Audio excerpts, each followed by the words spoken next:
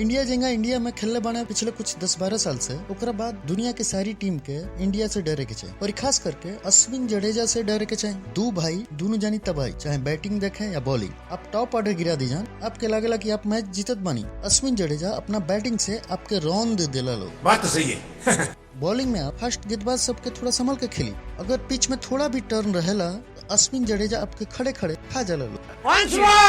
यह वजह बा कि इंडिया मुल्क के रचिंद्र रविंद्र साहब के हालत खराब। रचिंद्र रविंद्र कहले कि अश्विन जडेजा ई दूगो ऐसन प्लेयर बड़े लो जिनके से निपटल बड़ा मुश्किल बा। इंडिया के खिलाफ 3 टेस्ट सीरीज खातिर टीम के सफलता बड़ा जरूरी बा। अश्विन और जडेजा के रिकॉर्ड बड़ा बेहतर बा। दोनों जानी साथे मिलकर 800 विकेट निकलने बड़े लो। दोनों जानी इंटरनेशनल क्रिकेट में सबसे एक्सपीरियंस प्लेयर बने। अश्विन बुमराह जडेजा टॉप 6 में आवेला लो। डर तो लागे के चाहिए। नंबर 1 नंबर 2 ऑलराउंडर बड़े। अश्विन जडेजा लंबे समय से इंडियन बॉलिंग के स्ट्रेंथ वालों उनके देखला से लागेला कि का बॉलर बड़े। वो लोग के बैटिंग भी कमाल बा। यह सामने वाला टीम के कमजोर कर देला। क्या रचिन के कॉल वाकई में सही बा? अश्विन और जडेजा से का वाकई में दूसरा टीम के डरे के चाहिए? कमेंट करके बताइए।